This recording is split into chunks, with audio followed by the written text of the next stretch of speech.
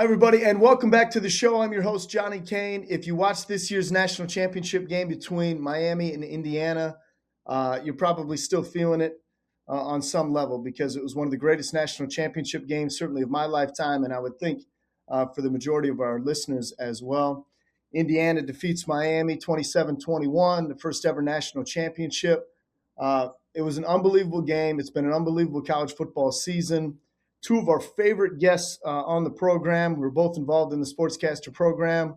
Carter Lutz from the University of Miami and Cooper Schoenberg, who goes to Indiana University. Both of these young men have been friends since kindergarten, and both have obviously direct ties to this game. Fellas, welcome back to the show. How are we feeling here a few days, the culmination of the new national champion, Indiana Hoosiers? We'll start with you, Coop. Um, Physically, I've felt a lot better in my life. Mentally, I'm on top of the world. I mean, to me, biasly, that was the greatest sporting event I've ever witnessed because I really haven't been able to witness a championship out of any of my teams. I mean, any of the Detroit sports teams like the Red Wings who were winning in the late 2000s. You can't remember that type of stuff. And like we sound like broken records, but it is special that this game happened our senior year and to be able to witness it on Kirkwood at Nick's Pub, a historic bar in that with all my friends celebrating with everyone was really awesome. And for us to win in that fashion, in that way, just down to the wire. And I'll say this, I'll be as good of a sport. I was talking a lot of smack before the game, but that was an unbelievable game. I mean, Miami played an unbelievable brand of ball, and it made for a great game. So very happy with the way the game, obviously ended, but very happy with the way that the game played out, kept it close. It was entertaining, and we were on the edge of our seats the entire time. Couldn't ask for anything more. Yeah, obviously, the game comes down to the final minute. You were able to watch it there on campus in Bloomington. Carter, you're a senior at Miami, had a chance to call, I think, the semifinal game, right? And then you had a chance to be there in person to witness that game. Can you give us a sense of what it was like inside the stadium on Monday night? The stadium was absolutely electric, and you didn't really know what it was going to be like, more Miami, more Indiana, but I'd say it was pretty split, if not more Indiana. And like you could just see that red and hear them pretty loud. But it was a great environment in there and before the game and everything. And yeah, it stings. It stings bad. And the thing that I just keep going back to is that you just never know when you're going to be there again. And you don't. You never know in sports when you're going to have those moments. And as a young sports fan, it's hard to really grasp around that and understand that. But that's what happened to us with the Lions when they got to the NFC Championship. We look back, it's hard to get back to that spot. And for Miami, it really, really stings. And I can talk about a million things right now, but we'll keep the program going. Well, look, I appreciate both you guys coming on, and I know that look, I mean, we've talked about it on the show. You guys are obviously both from the Detroit area. Now you're both, in college as seniors, again, at Miami and at Indiana. And we talk about the marriage of being a sports fan. You guys have been a sports fan for, your entire lives, right? I mean, in your early 20s now. And it's like now you get a chance to actually live it with like the school that you go to. It never gets out of your system. And so like when you become a fan, it's one thing being like a fan of the Lions or the Pistons or the Red Wings or whatever, but you never played for them. When you guys are directly involved, like in the student broadcasts of these respective universities, it's hard to separate the two because you have feelings of being a fan. At the same time, you also understand sports. Sometimes you're at the top of the mountain, and other times you kind of feel what this feels like. I guess let me ask you one more, Carter, just about just your sense of like your appreciation for being a part of it, to be like where you are in life, to have witnessed something like as a senior, an aspiring broadcaster, like to be a part of this run and knowing that it's come to an end, but now, the future is yet to be written. Yeah, I'm glad you asked about that because my friends and I were sitting down late talking about it. And the main thing I'll start with is that Miami's not like another, Big Ten school or even an SEC school where you have this rah-rah energy and everyone can go into center campus and be together and go to all these places together. It's not really like that. That's not what Miami is, and that's okay. But for sports, it deteriorates it, especially with the stadium being so far. So to have that sense of camaraderie this week where you could go up to any kid and you could just look at him in the eyes and just say Natty, and he'll say Natty back, and you just dap up and you just know. And there's just a type of energy, a type of feeling with that, a type of unity that the school had that I hadn't, fully seen before.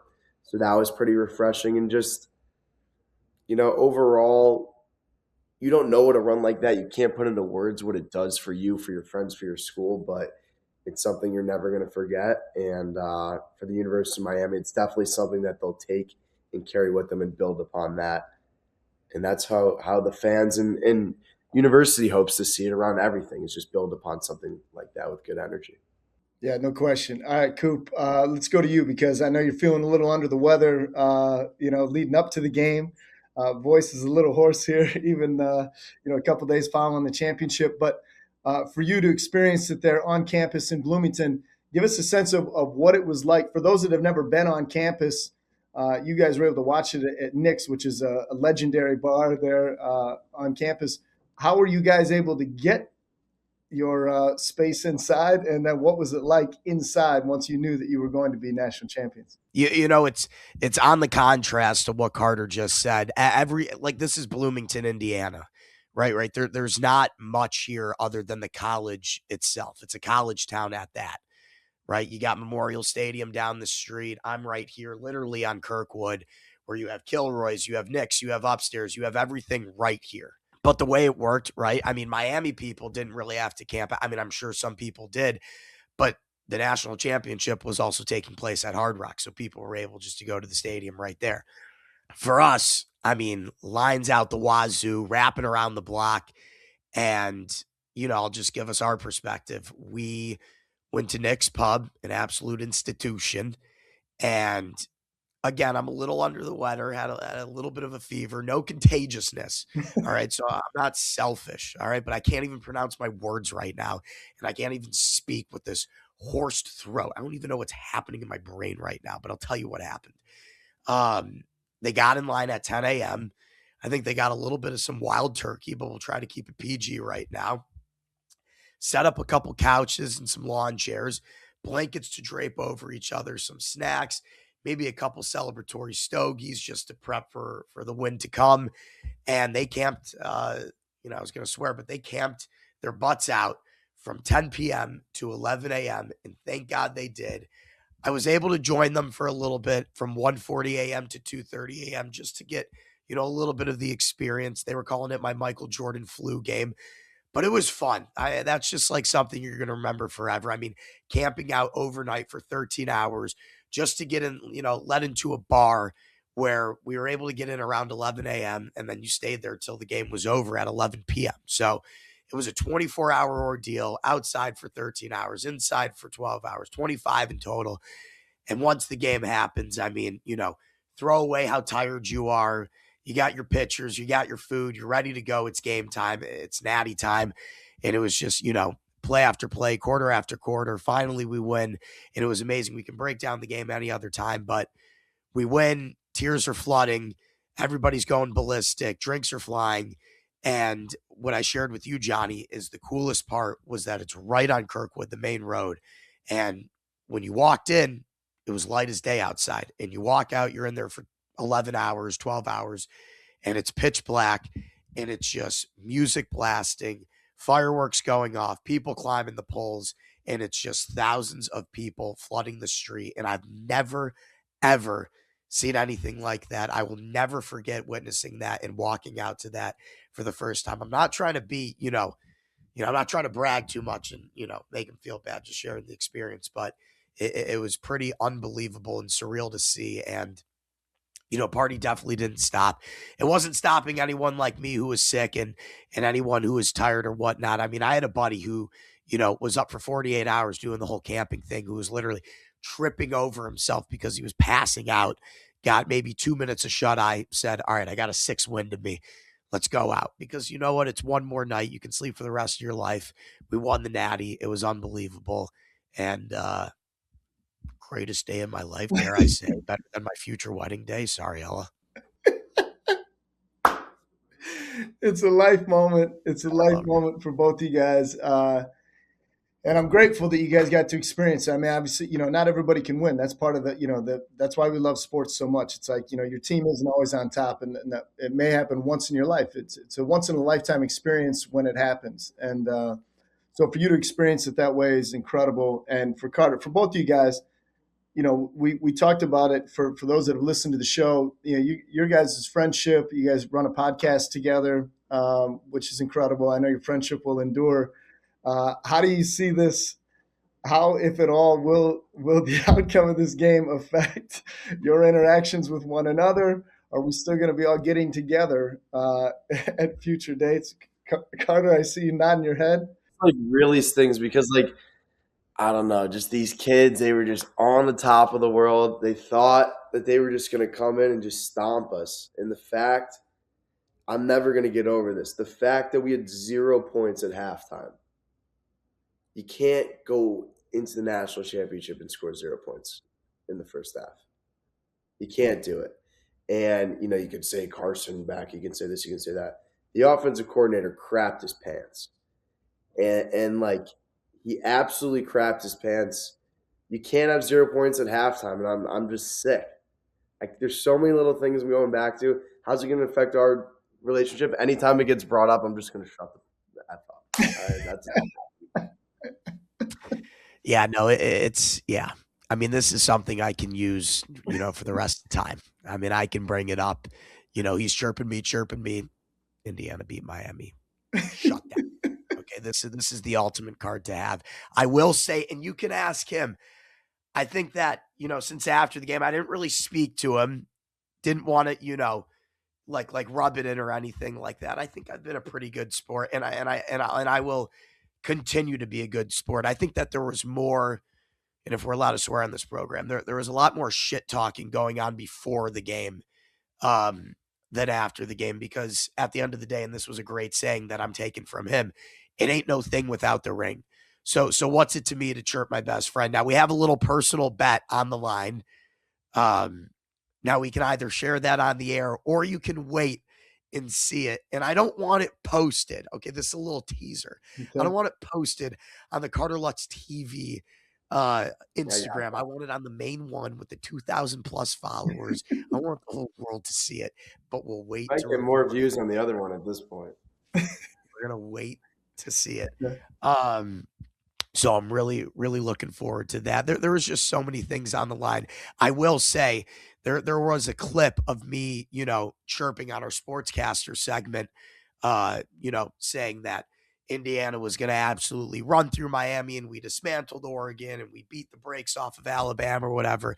It made its way to Miami side of Instagram, and it had about 300, 400 comments, which is unbelievable, 37,000 views. I got obliterated.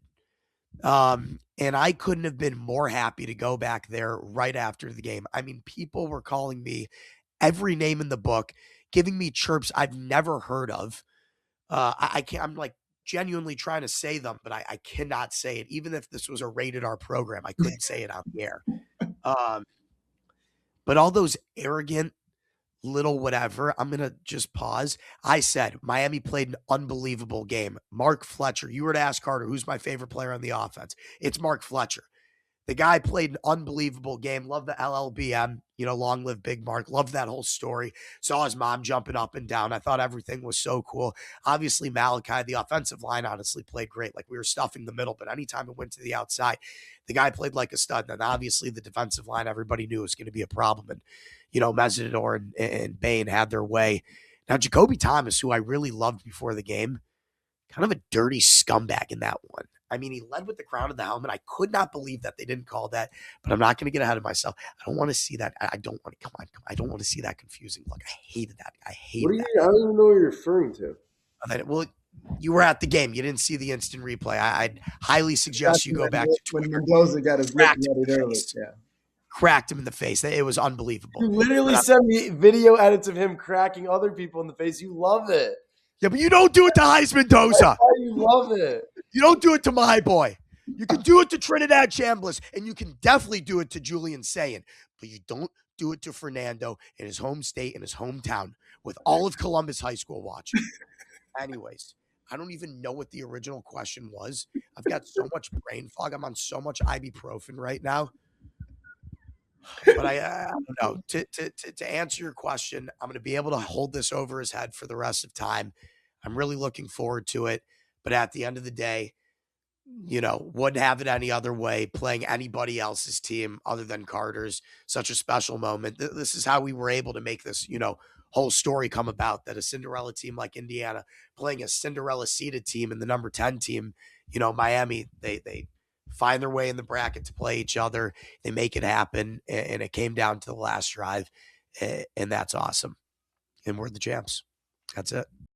Yeah, incredible. Incredible, guys. Again, Indiana national champions at 16-0, 27-21 over Miami. You can catch Cooper and Carter live and uncut the podcast on sportscaster.com. You guys always continue to put out good content. You guys are both really good human beings, passionate fans. Always appreciate having you guys on the show, and obviously bright futures for both of you. I thought the one good thing was Kurt Signetti, who I've grown to really, really, really appreciate. He said after the game, you keep your nose down in life and keep working. Anything's possible, and really it just encapsulates everything that was magical about the college football season this year. So Cooper Schoenberg, a national champion at Indiana University. Carter Lutz, brighter days ahead, because we know Miami isn't going anywhere, especially under Mario Cristobal. So it'll be exciting to see these teams, hopefully, in the national prominence in the seasons ahead. All right, boys, enjoy it. Keep the friendship alive. As I was once told, it's just a game, but it's more than that. Just a game, everyone. Just a game, everybody. We'll get them next time. All right, boys, very good. All right, that's Cooper and Carter. Stay with us. Open mic continues after this.